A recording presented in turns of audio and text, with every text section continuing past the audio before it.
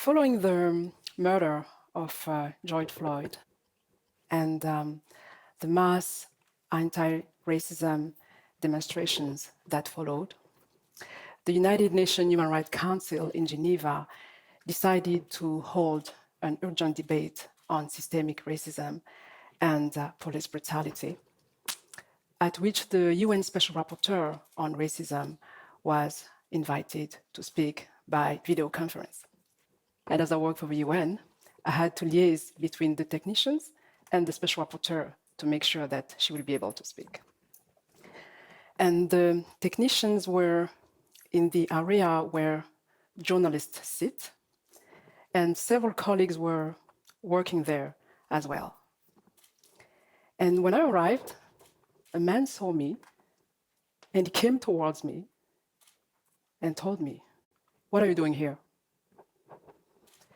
I was shocked by the violence of his tone, and he was very disrespectful. So I didn't understand what he was talking about. And I thought that maybe he could be a UN security agent, but he wasn't wearing a uniform. So still surprised and disconcerted, I asked him with the same authoritarian tone he used when he called me out, "Who are you?" And then he said, "I am a journalist, and this area is for journalists." As he assumed that I could not be a journalist because I was Black, then I understood that his attitude was, in fact, the manifestation of his racial bias towards Black people. And I was very annoyed. And I told him, "Well, I am a UN staff, and here we are at the United Nations, and there's no room for racism at the UN. And if you don't like it, you can leave right now." And then, a few minutes later, I just realized that, in fact, he was one of the journalists in charge of covering the urgent debate of the United Nations Human Rights Council on systemic racism and police brutality. I'm Kellie. From an early age, I grew up in a very multicultural and multilingual environment. I was born in Brazzaville. I grew up in Addis Ababa, Ethiopia. And at 8 years old, I moved in France, where I spent most of my life, studied law, and completed my PhD in human rights at La Sorbonne. And I am both Congolese and French. In 2005, I joined the diplomatic representation of Congo in Geneva. And then I passed what we call the UN National Competitive Examination in Human Rights.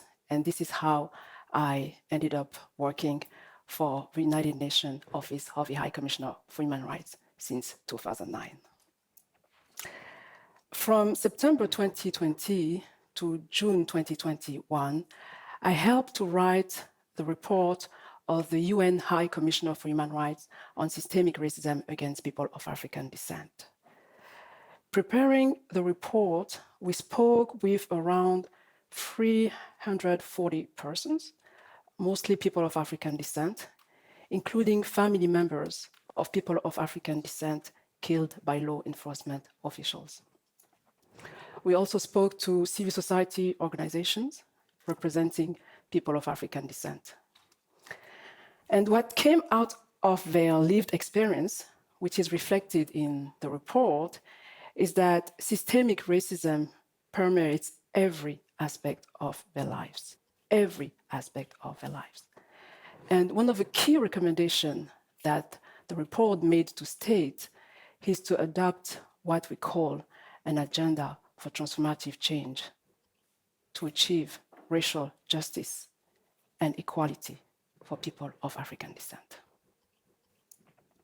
As you can see from my encounter with the journalist, I was subjected to racist behavior, even during that urgent debate. But this was not the first time that I had faced racism at the UN.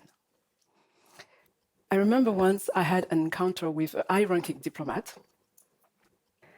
After I introduced myself to him and mentioned that I was originally from Congo, he replied to me with an astonished tone, "Oh, mais vous parlez drôlement bien le français," meaning, "Whoa, you speak French very well." You would expect a diplomat to be more diplomatic, right? As it seemed to imply that my French was too good for an African.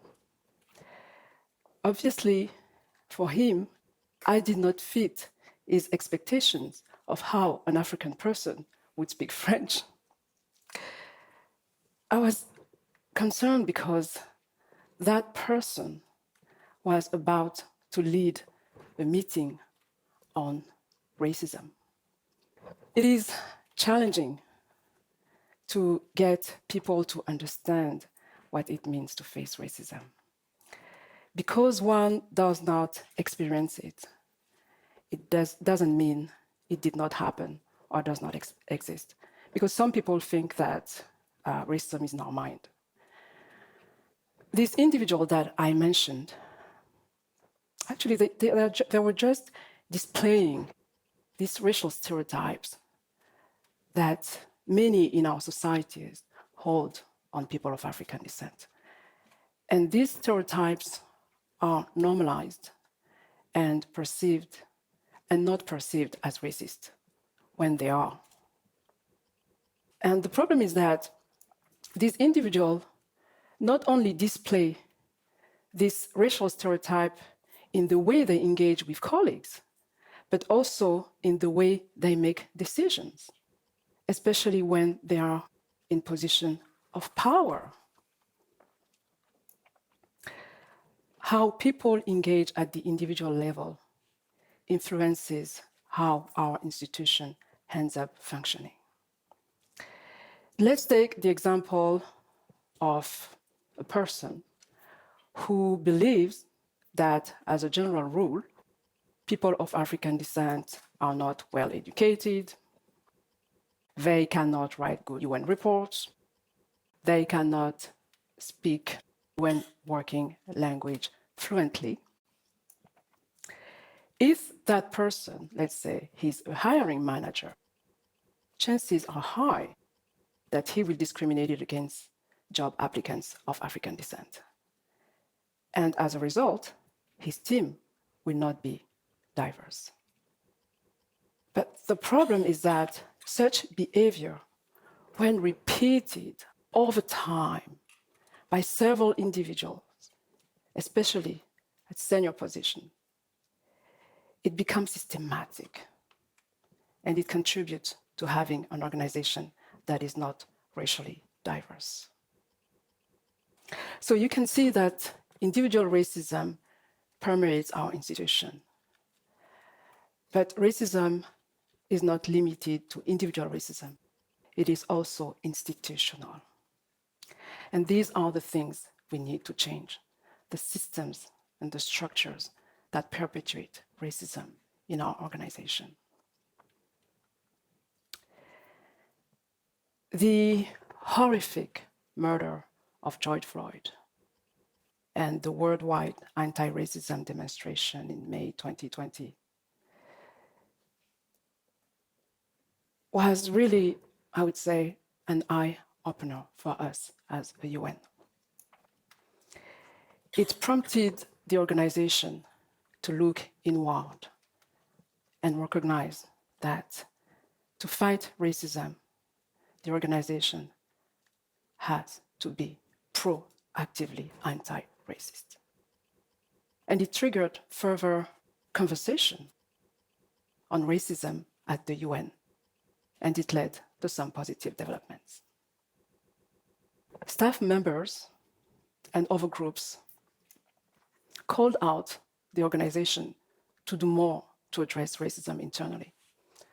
For instance, in June 2020, a group of UN senior leaders, officials of African descent, issued a public letter calling out the organization to go beyond and end racism in the organization. And it was good to hear the UN senior leadership speak out on racism. We conducted also several surveys on racism for the first time, including, this was in late 2020, early 2021. And among these surveys, there was what we call a UN-wide survey on racism. That survey shows that 49% of the respondents reported that they were discriminated against on the basis of national origin, 38% on the basis of racial identity, and 31% on the basis of color. So in other words, staff members perceive national or ethnic origin as one of the primary grounds for racism and racial discrimination.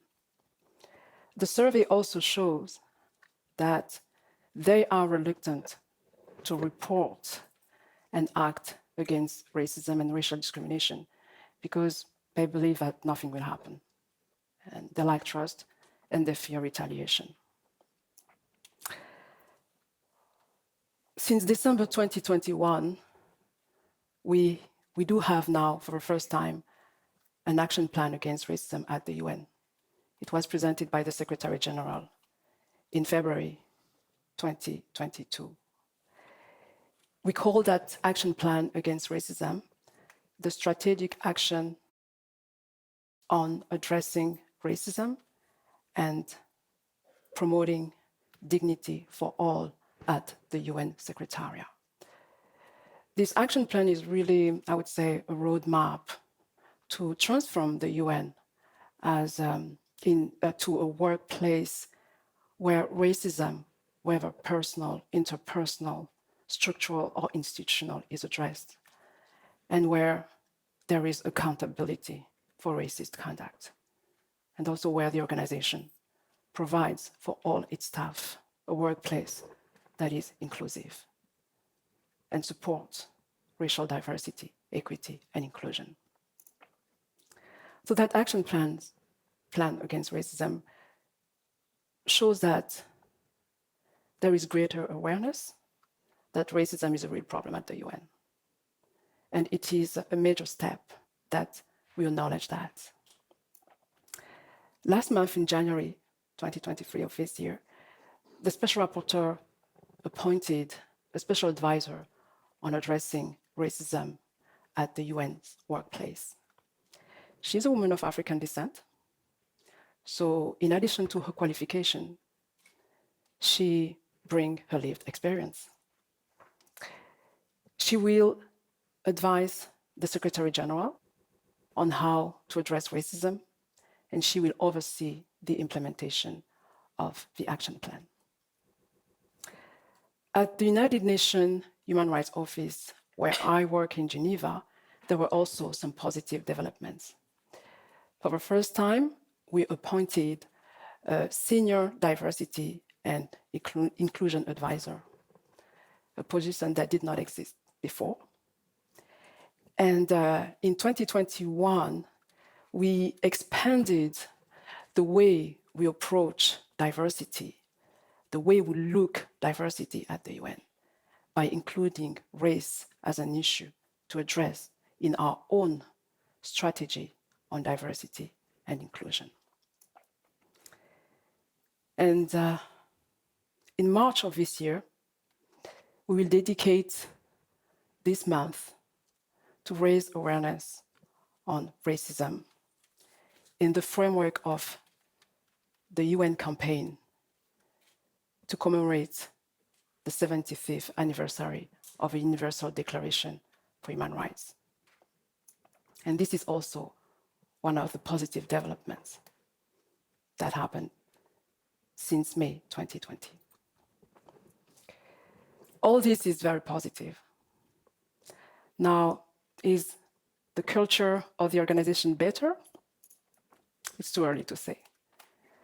The work is still ongoing, and it is ongoing in the right path.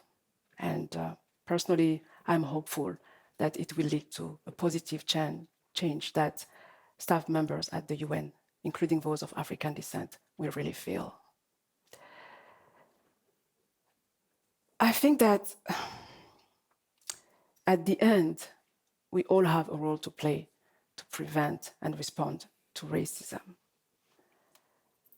We must, I think, increase awareness raising and understanding, practicing being anti-racist, oppose racism in all its forms, and being relentless to call it out so that the racists are the ones who are uncomfortable and sanctioned. We all know what should be done to end racism. We all know, we already know what to do to end racism. Now we must be willing to do it. And we must be together in this journey. Last week, I was talking with a filmmaker, Rachel Bon. She's Swiss and Congolese, and she made that amazing documentary, Je suis noire, I am black, on women of African descent and racism in Switzerland. And the documentary won several awards already and is nominated for what we call le prix du cinéma suisse this year. And when we were talking at some point, she said something about who holds the pen, who is writing the narrative on race. So today, I would like really to encourage those of you in the room who have suffered from racism, like I did, or have been belittled or discriminated against just for who you are, whether because of your ethnic origin, your age, your sex, because you are an elder person or person with disability, I mean, any other reason. Be strong and of good courage. Hold the pen. Don't let anyone hold the pen and write the story of your life. And if someone has stolen your pen, you can still take it back and write your story. I thank you.